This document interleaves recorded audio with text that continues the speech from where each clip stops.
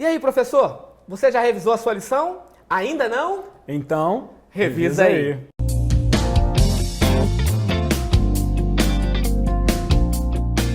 Ok, amigo, seja bem-vindo mais uma vez. Que Deus continue abençoando você como professor, como diretor, como secretário da Escola Sabatina.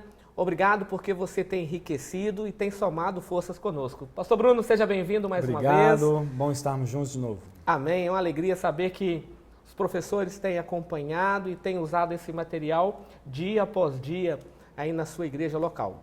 Sabe o que é interessante, pastor Bruno? Quando chego na igreja, o pessoal já olha para mim e diz, olha aí, revisa aí. É legal, né? A gente vê que os irmãos têm acompanhado. E Deus seja louvado, ok?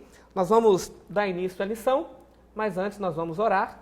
E logo depois nós teremos a participação de mais um amigo da Novo Tempo, e esse é especial, tem participado já algumas vezes conosco, sim. É muito ativo aí na rede Novo Tempo. Pastor Bruno, poderias orar, por favor? Vamos então, oremos. Obrigado, Senhor, por mais uma oportunidade de poder estudar a Tua Palavra através da lição. Amém. Gostaríamos que o Senhor nos ajudasse, iluminando nossa mente através do Teu Espírito. É o que pedimos e agradecemos em nome de Jesus. Amém. Pastor Patrick, quem é essa pessoa lá da Novo Tempo que vai nos ajudar? Ok, hoje nós temos conosco o pastor Arilton de Oliveira. Pastor, qual é a dica de hoje? Um bom mecânico sabe aonde e quando usar suas ferramentas. Da mesma forma, o professor deve saber qual a melhor ferramenta para cada momento. Ao usar uma técnica, você deve levar em consideração aspectos individuais dos membros de sua classe. A atividade de aprendizagem deve adequar-se ao conteúdo da lição. Deve ser apropriada ao grupo, idade e sexo. O nível de conhecimento bíblico pode influenciar na escolha da técnica, mas não use os mesmos recursos verbais ou visuais todo sábado. Diversifique.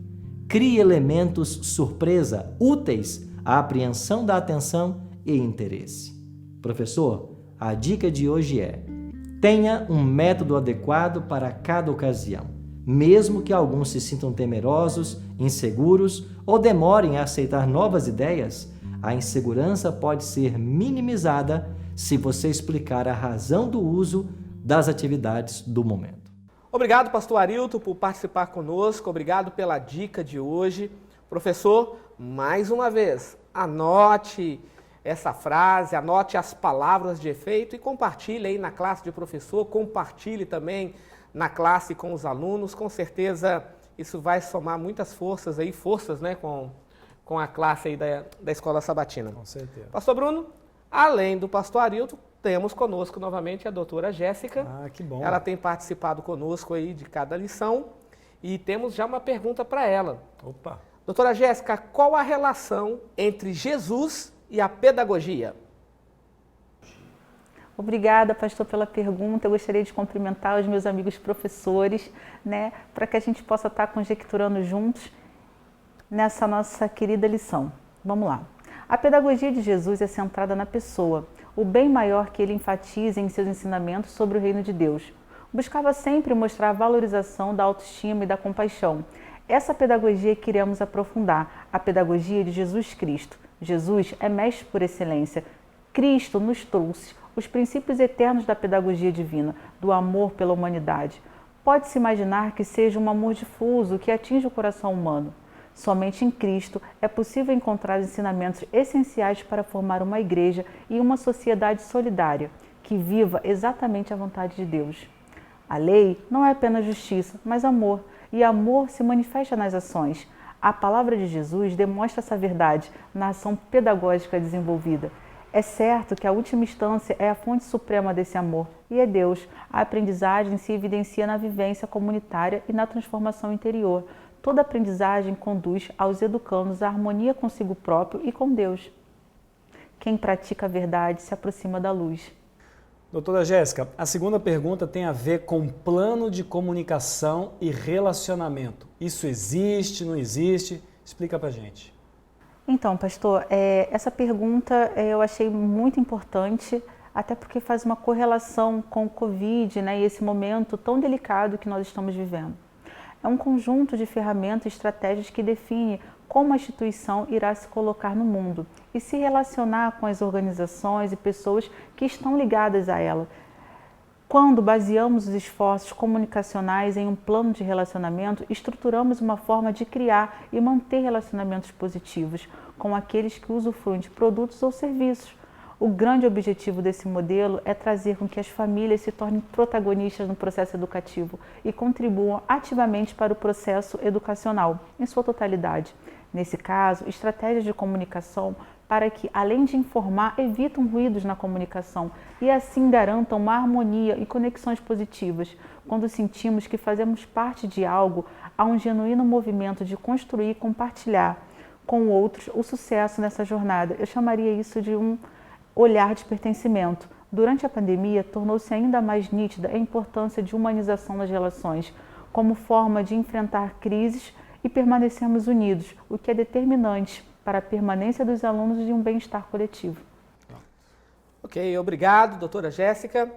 Pastor Bruno, a lição de número 6. Uma excelente lição. Excelente, e como eu falei na lição de número 5, foi tão cristocêntrica, né? Muito. Muito gostoso Muito analisarmos os textos e perceber que todo o contato do divino com a criatura sempre foi na pessoa de Jesus Cristo. E essa lição, ela mostra que Jesus Cristo, pela sua importância, ele traz também junto outras importâncias que nós vamos ver com algumas palavrinhas que nós utilizamos no nosso dia a dia de igreja. Isso é Justamente, é verdade. E a lição dessa semana, querido professor, ela veio no verso para memorizar falando de um milagre. Legal. E eu gosto de estudar sobre os milagres de Cristo. Quando eu tive a oportunidade de ser pastor distrital, e é uma fase muito abençoada, eu me lembro que eu montei uma série sobre os milagres de Cristo. E eu peguei ali várias referências relacionadas aos milagres de Cristo. Por exemplo, em Mateus, Marcos, Lucas e João, temos um total de 35 milagres. Não significa que Cristo realizou apenas 35 milagres. Sim. Temos o registro apenas de 35. Desses 35, 25 aconteceram na Galileia. Desses 25, 6 no Mar da Galileia. Desses 6, 3 envolve peixes. Então você tem alguns detalhes interessantes. Uma outra questão também, os milagres de Cristo, eles estão divididos. Por exemplo, 18 deles, querido professor, são milagres de cura. Então, 18 milagres.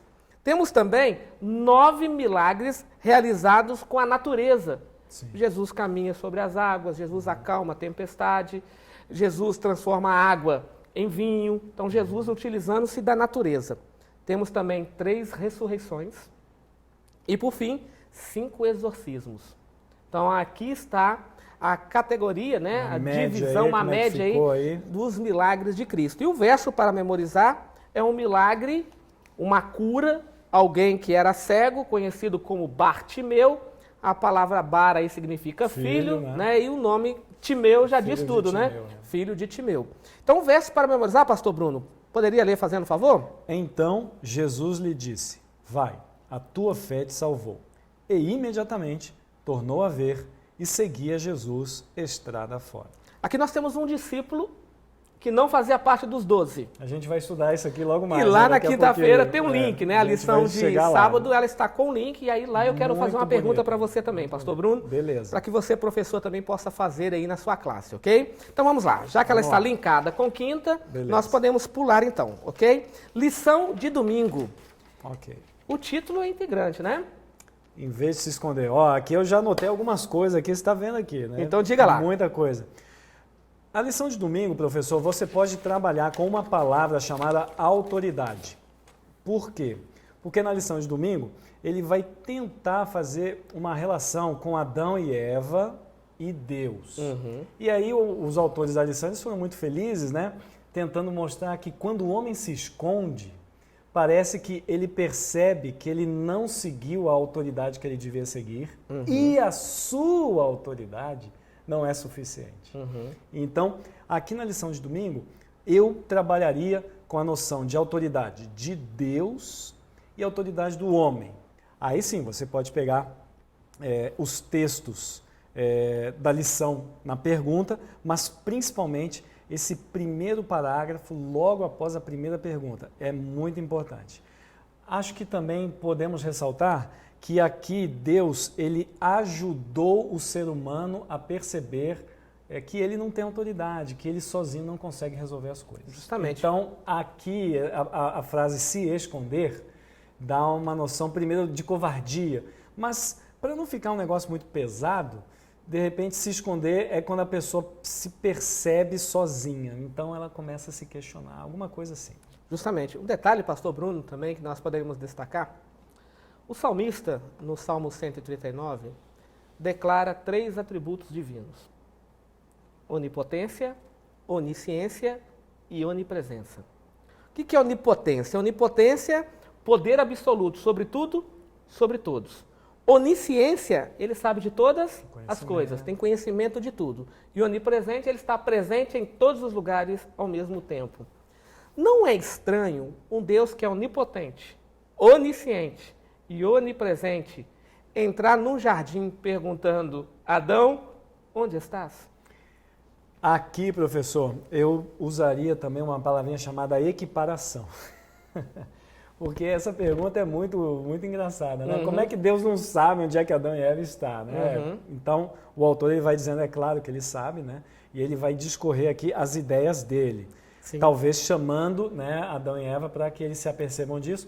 Mas eu diria que a equiparação é para dizer o seguinte: Adão, você quer se equiparar a mim? O que está acontecendo? Parece que ele quer abrir o jogo de cartas aí e falar: Adão, vamos fazer aqui o jogo então, vamos ver o que você acha. E eu vejo uma outra coisa. Eu tenho para mim, isso aqui é conjecturações pastorais, você, né? Não vai dizer que está escrito em algum lugar e tal, mas eu fico imaginando aqui os ramos onde Adão e Eva estavam escondidos, e eu fico imaginando Deus por cima. Adão, onde estás, né? Porque é ilógico, né?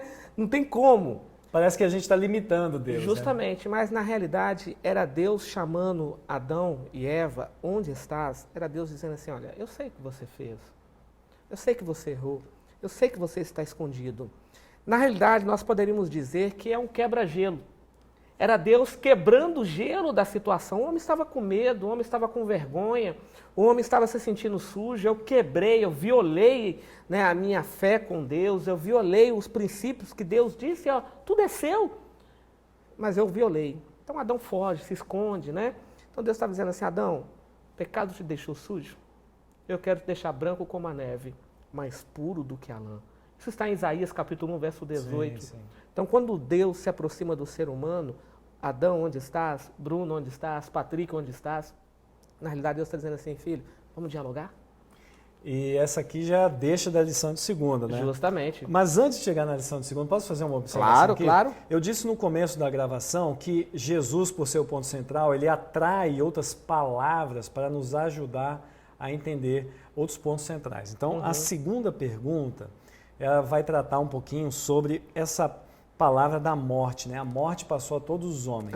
E aqui, pastor Patrick, eu queria dizer que o significado da palavra obediência se relaciona com a morte, porque se a morte trouxe, a desobediência trouxe a morte para todos os homens, a vinda de Cristo, com a obediência dele, e a sua vida de obediência trouxe vida para todas as pessoas. Então, aqui você começa a entender que a pessoa de Cristo, ela é universal, tanto para bons como para maus. Justamente. Então, essa passagem é muito boa. Mas a deixa mesmo da lição de segunda é quando Deus procura o homem em estado pecaminoso. E aí vem aí uma história interessante. Uma promessa divina. Deus havia prometido para Abraão que faria dele um pai de uma grande nação. Grande nação, ia dar uma terra ali. Incontáveis como a areia do mar e a estrela do céu. E aí vem então o seu primeiro filho, Isaque. Isaque, então, 2 filhos, Esaú e Jacó. Um era a preferência do pai e o outro era o preferido da mãe. Jacó era o mais caseiro, a mamãe ali cuidava, né?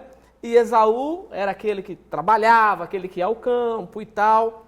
O nome Esaú significa profano. Eu não sei por que um pai e uma mãe colocam o nome de um filho com esse significado. O nome Jacó, Jacob, né? no hebraico significa engano, né? Enganador. Ou aquele que puxa uma rasteira, né? A palavra Jacob é aquele que pega no calcanhar, né? Por isso o nome dele. Esse rapaz cresce. E a mãe, não satisfeita com Esaú, chama Jacó e fala assim, ó, teu pai está morrendo, seu pai já não enxerga mais nada. E cria ali um plano para que, na realidade, Jacó recebesse a bênção. A bênção já era dele, a Bíblia tinha uma promessa para Jacó. Mas a mãe não acreditou, Jacó não acreditou e tentaram dar uma ajudadinha a Deus, né? Sim. Acelerar o processo. E aí agora a mentira vem à tona. E Esaú fala, eu vou matar Jacó. Aí Jacó foge.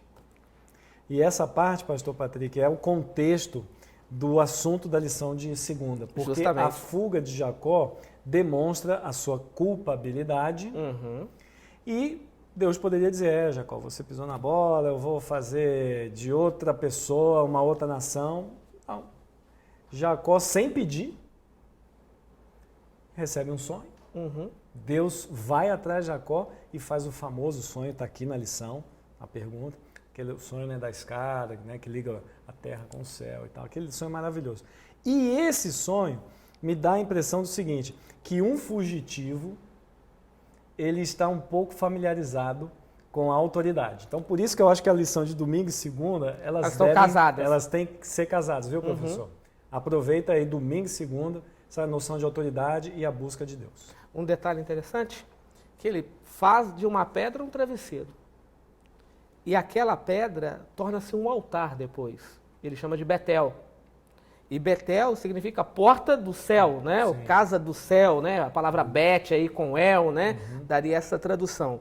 E nós sabemos que Betel torna-se então ali agora um pacto de Jacó para com Deus, que ele falou, Senhor, a partir de agora, se o Senhor me abençoar, se o Senhor me guardar, se o Senhor me proteger, eu prometo ser fiel a Ti em todos os aspectos da minha vida. Então Jacó, ele faz um voto com Deus. Só que Jacó viola esse voto. E você acompanha até o capítulo 35 de Gênesis. Ele viola esse voto, ele entra no relacionamento com 4 mulheres, ele tem 13 filhos, 12 homens e uma menina chamada Diná. Os filhos inventaram um problema terrível para ele. Ah, pai, nossa irmã foi violentada, nós precisamos resolver esse problema. Mandou o rapaz passar pela circuncisão e quando todos estavam sofrendo de dores, foram lá e mataram todos, né? A tribo de Siquém. E aí agora vem quase ali um problema civil para Jacó e Jacó tem que reunir sua família para fugir. E aí Deus chama Jacó e diz assim, Jacó, vá para Betel. Vá para Betel. Eu achei isso interessante porque novamente Jacó queria fugir. Novamente o homem queria fugir. Essa é uma tendência do nosso coração, né? Erramos e a tendência no coração é fugir de Deus, né? Então, se esconder de Adão Deus. Fugiu, justamente. Jacó, e aí Deus foi até Jacó e disse, Jacó, foi. vá para Betel. Esse chamado vá para Betel era Deus dizendo assim, lembra do pacto? Lembra da sua aliança comigo? Eu fui fiel a ti. Você não foi, mas volta para Betel. Volta para Betel. Talvez, professor, você esteja falando para alguém na sua classe que está fugindo de Deus. Diga para ele, volta para Betel. Volta para Betel, porque o Deus que fez o pacto contigo, ele está ali te esperando, né? E o mais importante é que Jacó percebeu que Deus foi atrás dele e aqui Jacó não se limitou, né?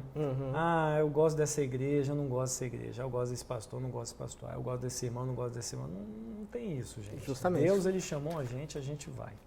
Mas, Patrick, pastor Patrick, eu achei interessante uma lição que nós temos na terça-feira.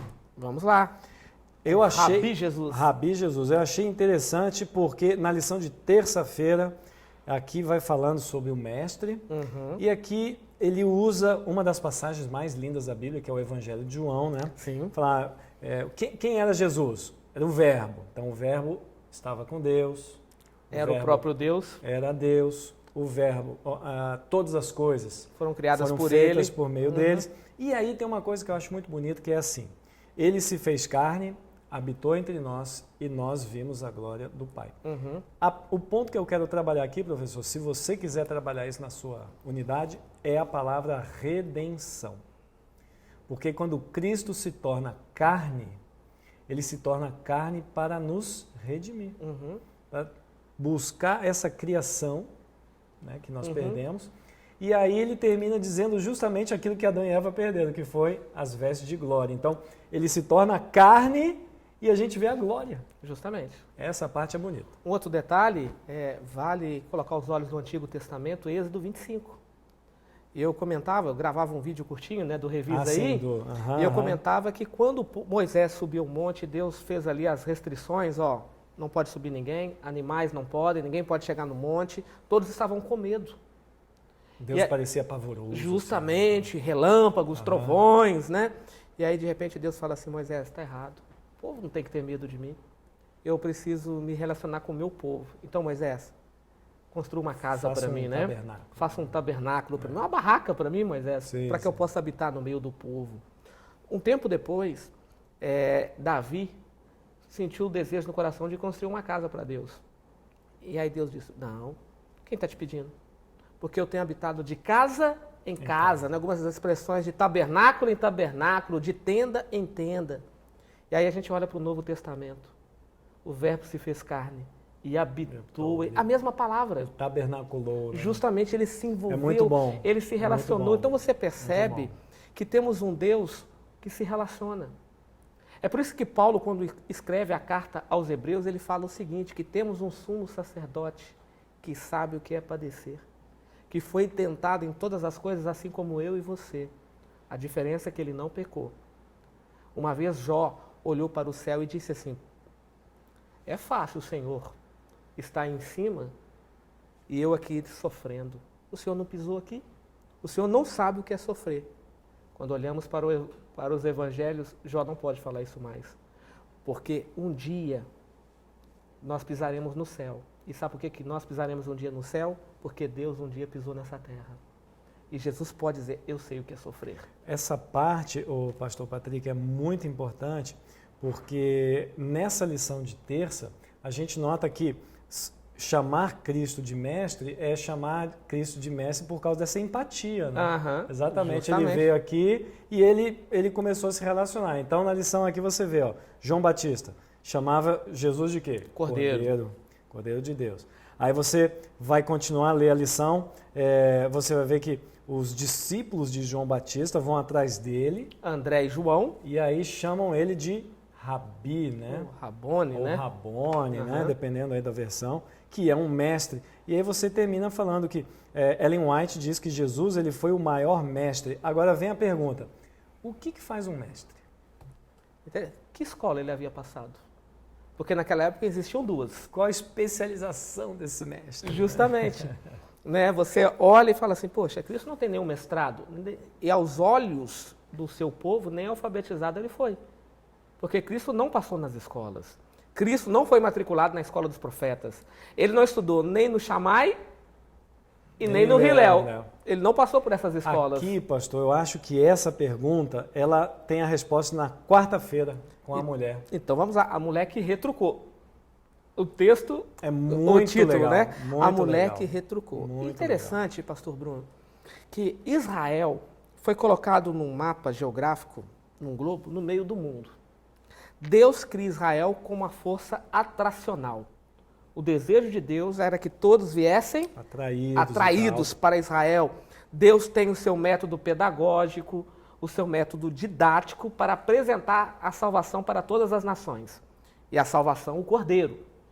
E ele apresentava isso através do santuário. Então, o santuário no centro do mundo era Deus trazendo todos para si. Só que, pouco a pouco, Israel foi criando umas barreiras de preconceitos. Eu faço parte da circuncisão. Você não. Eu venho da linhagem de Abraão.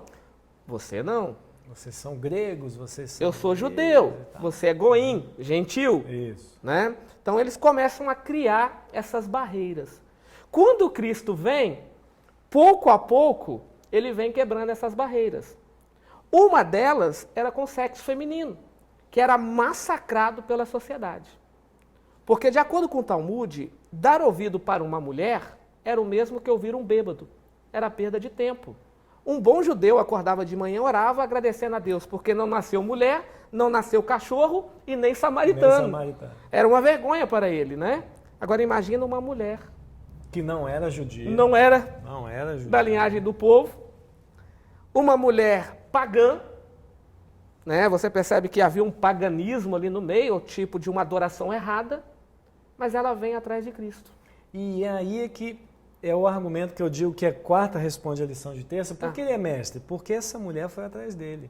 Essa mulher aprendeu alguma coisa. Justamente. E aqui eu diria para você, professor, o seguinte, que a lição de terça e quarta, a gente pode trabalhar com a questão de que Cristo, ele nos ensina muitas coisas. Uma delas é desenvolver a fé. Porque essa mulher que não era judia, ela vai atrás dele, Jesus e os discípulos não dão bola para ela.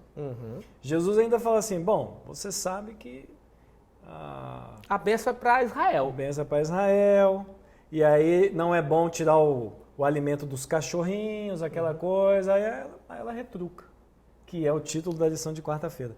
E essa frase dela, para mim, pastor Patrick, é uma frase de libertação. Eu acho que aqui a gente pode trabalhar a questão psicológica dos dias de hoje, né?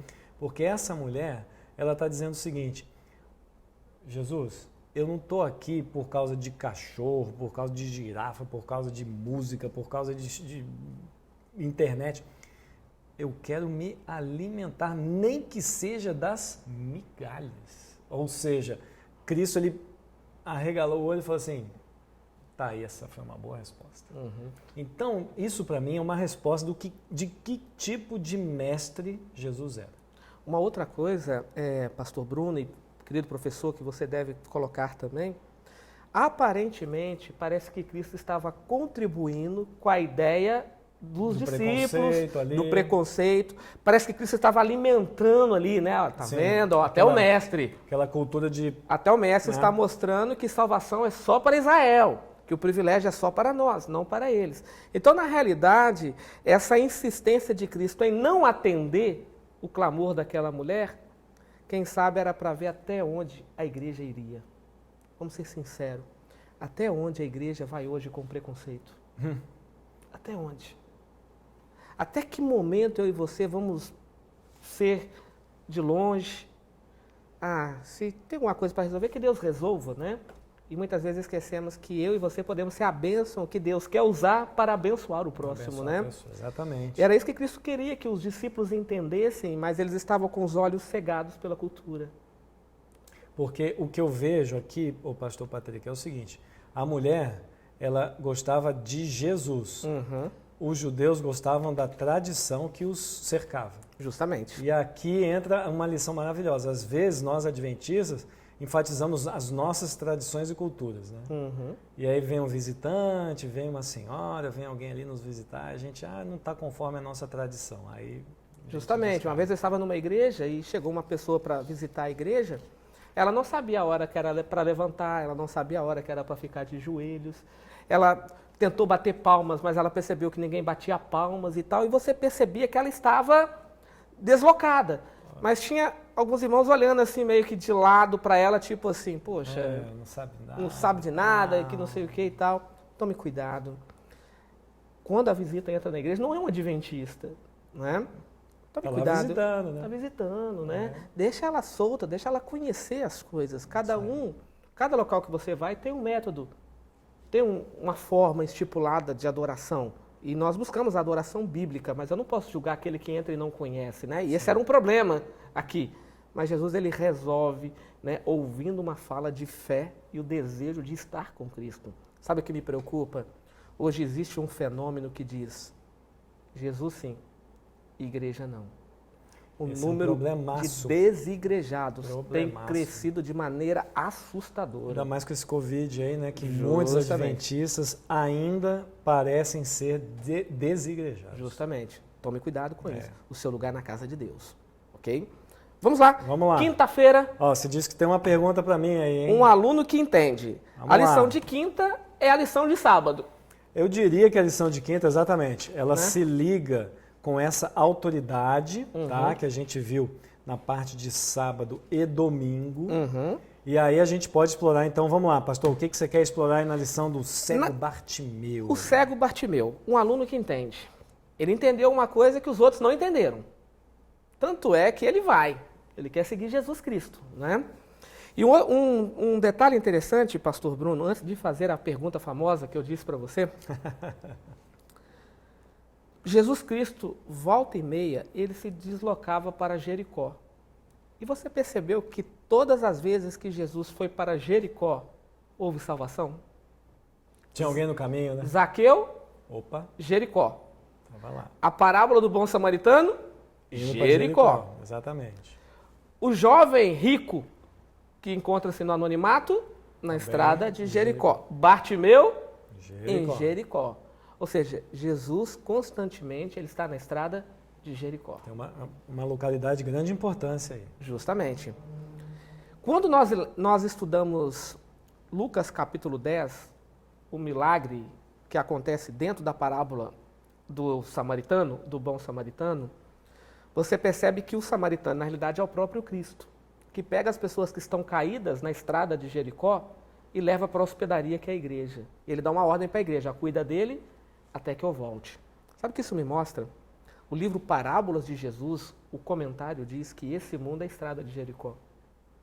E nós temos pessoas caídas na beira da estrada, pessoas cegas, pessoas sem esperança, pessoas machucadas pela vida, e o bom samaritano está passando, que é o Cristo. Ele pega essas pessoas, ele traz para a hospedaria, que é a igreja. E nós E ele dá uma ordem para nós, né? Nós somos os hospedeiros. Qual é a ordem? Ó, cuida dele deles. até que eu volte, né? Cuida dele até que eu volte. Mas sabe o que é interessante, pastor Bruno? Eu não sei quanto tempo, não me recordo aqui de cabeça, quanto tempo Bartimeu tinha um problema relacionado à sua visão. O texto não diz que ele era um cego de nascença. Dá a impressão que é de nascença, mas o texto não diz. Não diz, né? Alguns afirmam, outros não. Então fica aquela briga teológica. Aquilo que eu não sei, o silêncio para mim é ouro, né? Então não vamos cair no campo aí da hipótese.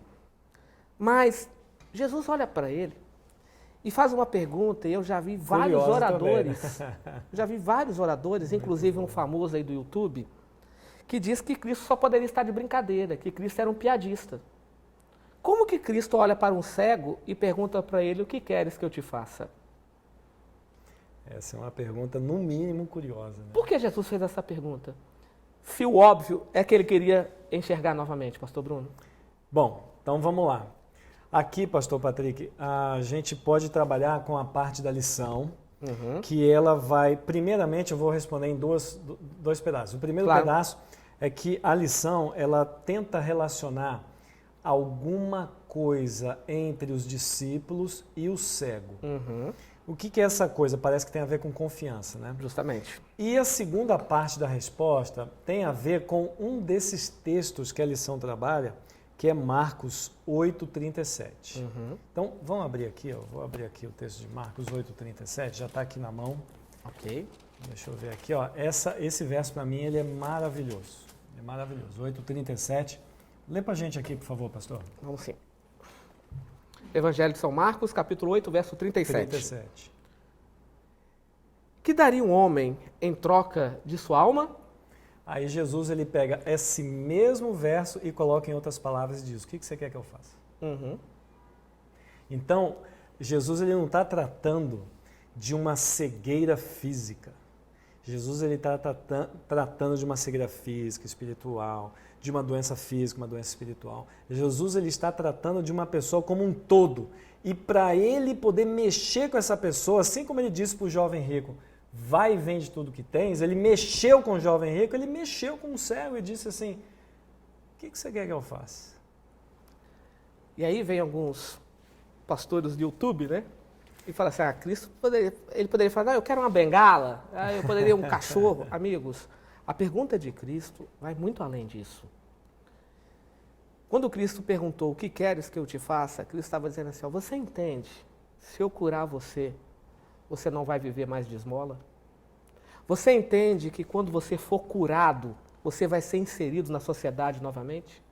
Você entende que ao ser curado por mim, você vai ter que trabalhar para ter o pão em casa? Em outras palavras, você entende que quando você se encontra com Jesus, a sua vida não é mais a mesma? Justamente. Então Jesus está dizendo, você entende tudo isso? Sim, eu entendo. Então ok. E Jesus não tocou, não mandou ele para lavar o olho, ele simplesmente, tá bom. Curado estás. Tá Pronto. Aí resolveu. Essa é a resposta. Cristo estava dizendo assim, olha, eu posso fazer, o milagre na sua vida. Eu vou entrar na sua vida, mas você está pronto para me manter na sua vida? Então, aqui eu acho que é o relacionamento da lição de sábado e domingo, porque o cego, quando ele é curado, né, ele passa a dizer, ele é autoridade na minha vida. Justamente. Essa parte que é E aí, interessante. ele é autoridade na sua vida, querido professor? Ele é autoridade na sua vida, querido aluno? E temos um recado, né? Com certeza. E é o recado de todo o final da nossa lição. Eu estudo a lição. E você?